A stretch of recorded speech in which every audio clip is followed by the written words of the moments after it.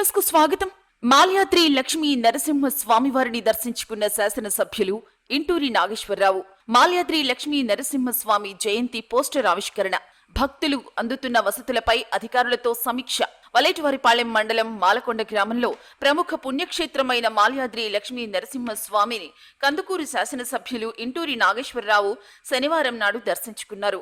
ముందుగా ఆలయ వేద పండితులు, అధికారులు శ్రీ ఇంటూరి నాగేశ్వరరావు, అనంతరం స్వామివారిని దర్శించుకున్న శ్రీ ఇంటూరి నాగేశ్వరరావుకి వేద పండితులు తీర్థ ప్రసాదాలను అందజేశారు.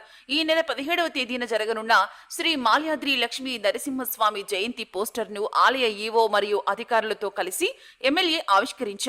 కందుకూరు పట్టణంలోని జిల్లా పరిషత్ బాలుర పాఠశాలలో 1982 10వ తరగతి బ్యాచ్ మిత్రులు అందజేసిన మంచినీటి శీతలీకరణ యంత్రాన్ని ఎమ్మెల్యే ప్రారంభించారు. అనంతరం భక్తులు స్వామివారికి తలనీలాలు ఇచ్చే ప్రాంతాన్ని, అన్నదాన ప్రసాద కేంద్రాన్ని సందర్శించి భక్తులకు అందుతున్న సౌకర్యాలను ఎమ్మెల్యే స్వయంగా అడిగి తెలుసుకున్నారు. వేసవికాలం దృష్ట్యా భక్తులకు ఎటువంటి ఇబ్బంది లేకుండా మంచినీరు మరియు ఇతర ఏర్పాట్లు చేయాలని ఆలయ అధికారులకు ఎమ్మెల్యే ఆదేశించారు.